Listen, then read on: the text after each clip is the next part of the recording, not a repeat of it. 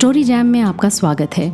यहाँ आप सुनेंगे कहानियाँ, कुछ नई, कुछ पुरानी, कुछ जानी, कुछ अनजानी।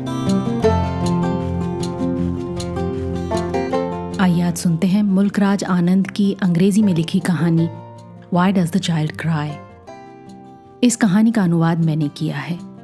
आशा है आपको भी कहानी उतनी ही पसंद आएगी जितनी मुझे पसंद है। अब्दुल लतीफ़ कुम्हार के बेटे को सब लेट लतीफ़ कहते थे। दरअसल बात ये थी कि 11 का होकर भी वो 7 साल के लड़के की चाल चलता था और स्कूल तो समय पर कभी नहीं पहुंच पाता था।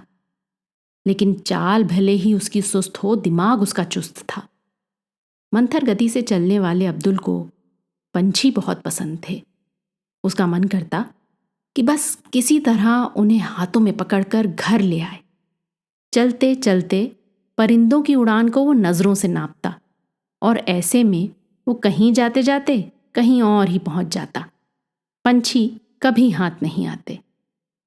एक शौक और था उसका, अपने दोस्त अली मछुआरे के साथ पद्मा नदी के किनारे मछली पकड़ना। मछली पकड़ने में भी बहुत समय लगता और लेट लतीफ़ कहीं पहुंचने में और लेट हो जाता। एक दिन स्कूल में टैगोर का बांग्लादेश वाला गीत गाया गया। अब्दुल लेट लतीफ़ कुछ देर स्कूल के बाद वहीं ठहर गया ताकि वो उस गीत को अच्छी तरह से याद कर सके। गीत के बोल उसके मन को छू गए थे। धान के खेत और पद्मा नदी और मछुआरों की पुकार, ये सब उसे भी वैसा ही लगता था जैसे गीत लिखने वाले ने लिखा था।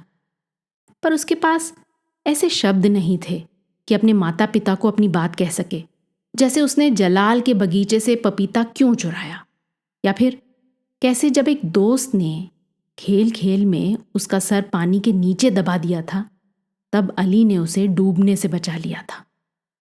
अब्दुल के हरफन मौला मिजाज के चलते पिता ने उसे अहमक करार कर दिया था।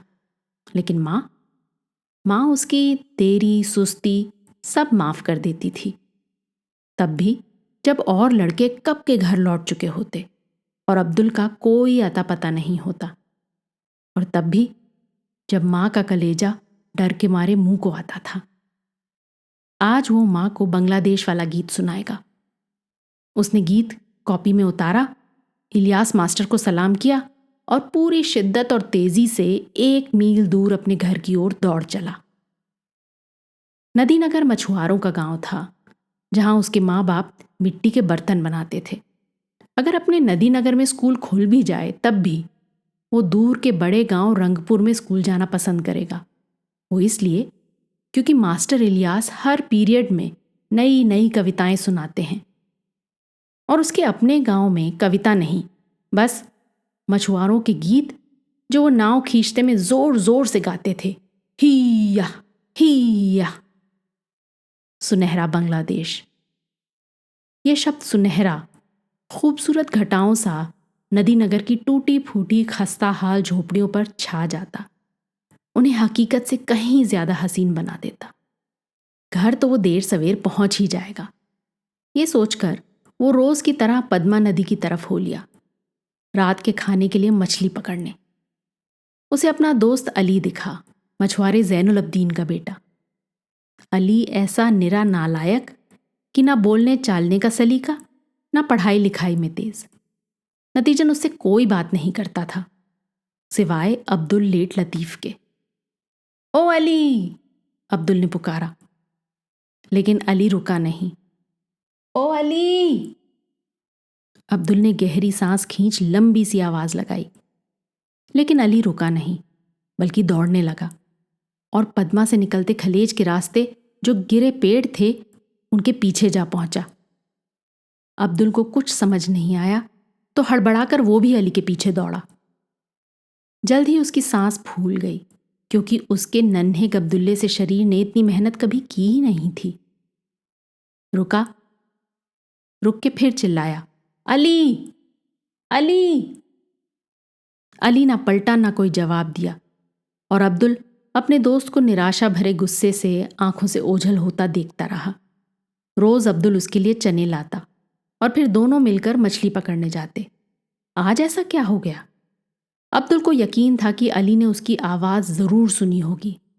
एक बार लगा मुड़कर देखा भी, लेकिन फिर वो जानबूझकर भागा और कहीं जा छिपा। शायद मां की संदूक में से मिठाई चुरा कर लाया होगा और अकेले अकेले बैठकर खाता होगा। ये सोचकर अब्दुल को रुलाई सी आ गई। हाल ही में कटे हुए इमली के ठूंठ से वो टिक कर बैठ गया तो उसने देखा अली दूर गिरे हुए केले के पेड़ों के बीच कूदता हुआ भागा जा रहा है। लेकिन यहां नदी के पास के झुरमुट के सारे पेड़ कब कट गए? गर्दन उचकाकर अब्दुल अली को देखता रहा, लेकिन अली रुका नहीं। गिरे हुए पेड़ों के बीच दौड़ता ही जा रहा था, दौड़ता ही जा रहा था। कभी दिखाई देता, कभी छिप जाता। सांस में सांस आते ही वो अली को जा पकड़ेगा। उसे यूं लगा कि जैसे वो अपने पिता के किसी घड़े सा है जो चटक गया है, जिसमें से कुछ आवाज ही नहीं निकलती। उसे पिता की कही बात याद आई, मेरे बेटे तू अभी कच्ची मिट्टी है, हम तुझमें जितनी बातें डाल लें तू वैसा ही रहेगा, लेकिन जैसे ही पानी डालेंगे तू चूने लगेगा। फिर इस बात से ये बात याद आई कि अब्बा ने उसे कहा था कि स्कूल से सीधा घर आना और सारे घड़े गधी पर लदे होंगे, उसे लेकर रंगपुर में बनिया मुखिया की दुकान पर ले जाना। अब अब्दुल को यह सोचकर और भी खिजलाहट हुई कि एक तो अली के साथ मछली पकड़ने ना जा सका क्योंकि अली न जाने कहाँ गायब हो गया, ऊपर से काम और पड़ गया सर पर। अनमने मन में माँ के वो शब्द याद आए जो हर परियों की कहानी के बाद वो सुनाती हैं, बच्चा ये रोए क्यों, बोल तू रोए क्यों, ओए चींटी क्यों काटे, चींटी मुझे काटे क्यों, कुटुर कुटुर कुटुर। अनपढ़ भले ही हो, माँ थी बड़ी मजेदार। जितने मास्टर इलियास ने गीत कविताएं सिखाई, उससे कहीं ज्यादा माँ ने उसे कहानियां सुनाई। उसे खुद पता नहीं क्या कहती है, बस पद्मा के पानी की तरह बढ़ड़ बढ़ड़ बढ़ड़ करती है। कहती है कुछ जानना समझना बेकार है, सब अल्लाह मियाँ पे छोड़ दो। अब्बा से उसे ये शिकायत थी कि 5 बार नमाज पढ़ने के लिए जानमाज न ला कर दी। अब्बा का कहना था कि वो खुद ही ऊपर वाले का रूप है क्योंकि वो मिट्टी से घड़े बनाता है और अल्लाह मियाँ की इबादत की ज़रूरत क्या है, करना है तो खुद अब्बा की परस्तिश कर लो।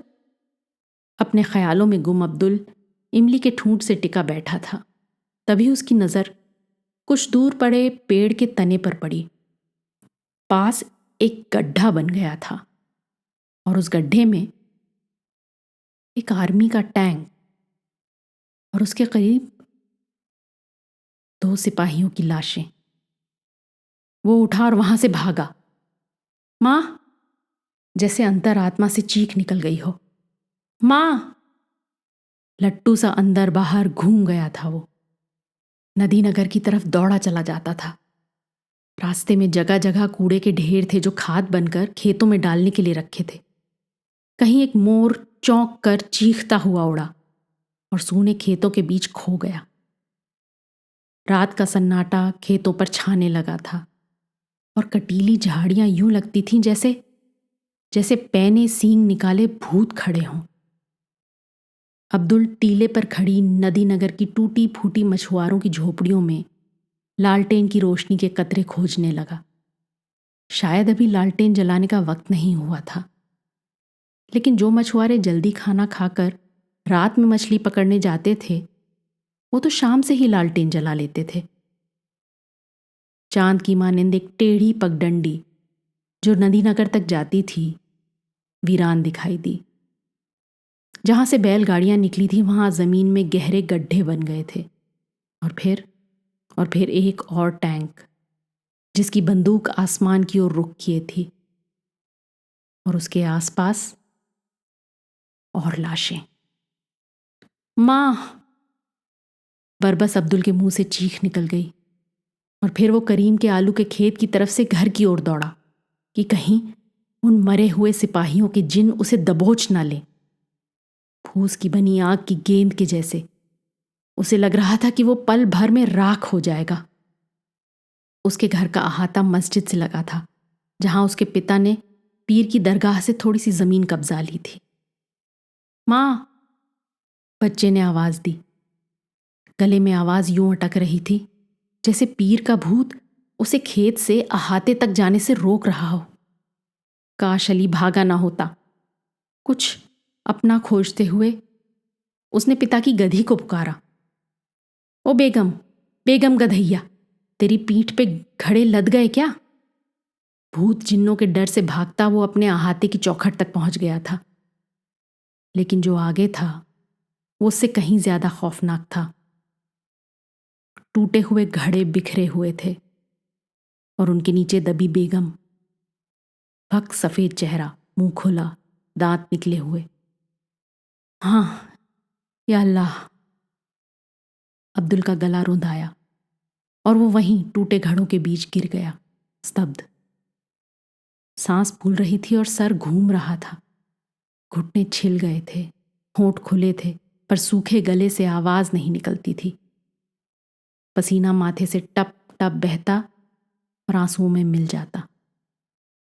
वो वहीं बेहरकत पड़ा रहा, जैसे जरा भी हिलने से उसके अंदर भरी चीखें उसकी छाती फाड़ कर बाहर निकल जाएंगी। बस एक अब्बा का हुक्का था जो सवालिया सा वहां रखा था। अब्दुल उठा और उसने ढही हुई पूस की दीवार उठाने की कोशिश की, पर जब उठा ना सका तो टूटी गिरी हुई दीवार और जमीन के बीच बनी जगह में सर घुसाकर झांकने लगा। मां, पुकारा, और फिर ये सोचकर सहम गया कि कहीं कहीं मां मर तो नहीं गई। कहीं मां का जिन उसे पकड़कर अपने गले ना लगा ले, कहीं रोने ना लगे उसे अपने से चिपकाकर, और फिर फरिश्ता जिब्रैल मां के साथ साथ उसे भी ले जाएगा। पर अंदर कोई नहीं था। अंधेरे में हाथ फैला वो जमीन टटोलता रहा कि शायद कुछ मिले, शायद कुछ क्या, लाश? और इस खौफनाक ख्याल से फिर एक दबी सी कराह निकली। मां, अब्बा, वो तो हमेशा उसकी बात सुनते थे। उसने फिर आवाज लगाई, अब्बा। कोई जवाब नहीं, बस एक उमस भरी खामोशी उस गिरी हुई छत और जमीन के बीच, और बास, फूस, पसीने और गीली मिट्टी की। धीरे धीरे सरक कर वो बाहर निकला। चेहरे और हाथों में लगी खरोंचें दर्द करती थीं। अहाते के कोने में जा वो फिर पसर गया, पसीने से लथपथ, अंदर तक खाली, कच्चे घड़े सा, जैसा उसके पिता ने कहा था। लेकिन अब के वो चटका नहीं था, टूट गया था। कहाँ गए सब, कहाँ? खामोश सिसकियां ले उसने पूछा। मैं कहाँ हूं? जमीन पर पड़ा वो कान लगा सुनता रहा कि शायद कहीं से कोई आहट आए, गोली की, या टैंक के गड़गड़ाते पहियों की, या सिपाहियों को निर्देश देते फौजी अफसरों की।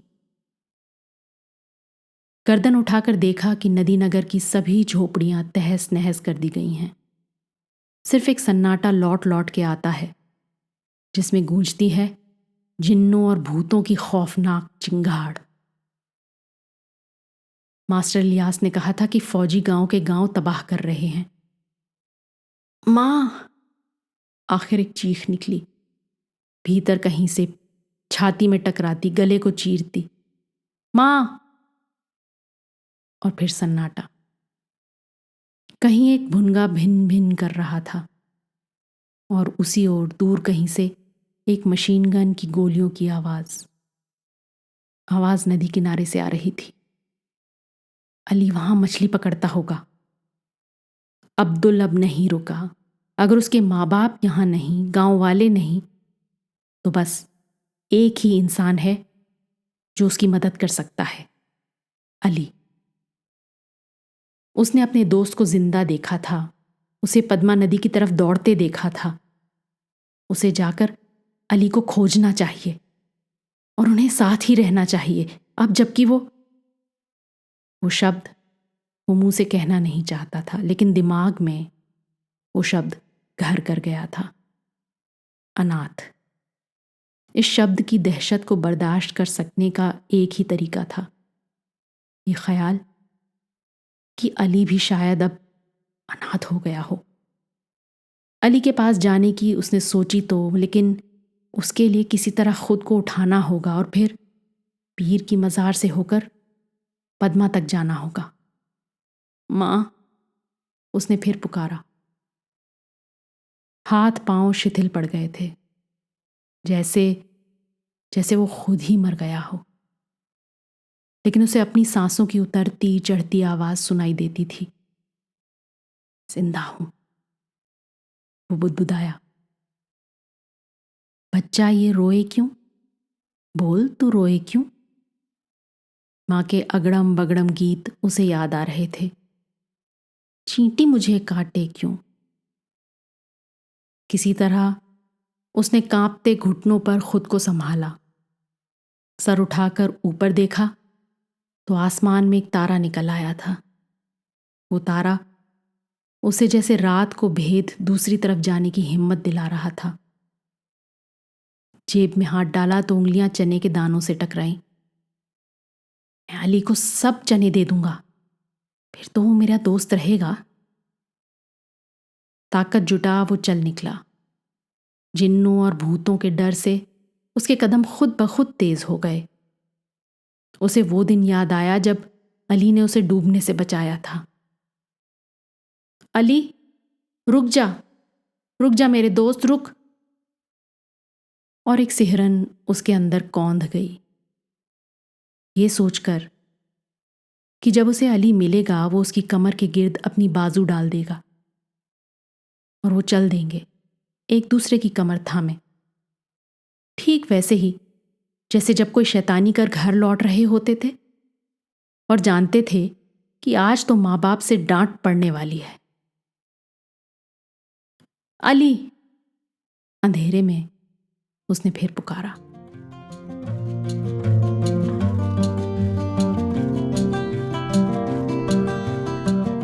आज की कहानी आपको कैसी लगी अपने कमेंट्स ज़रूर लिखिएगा।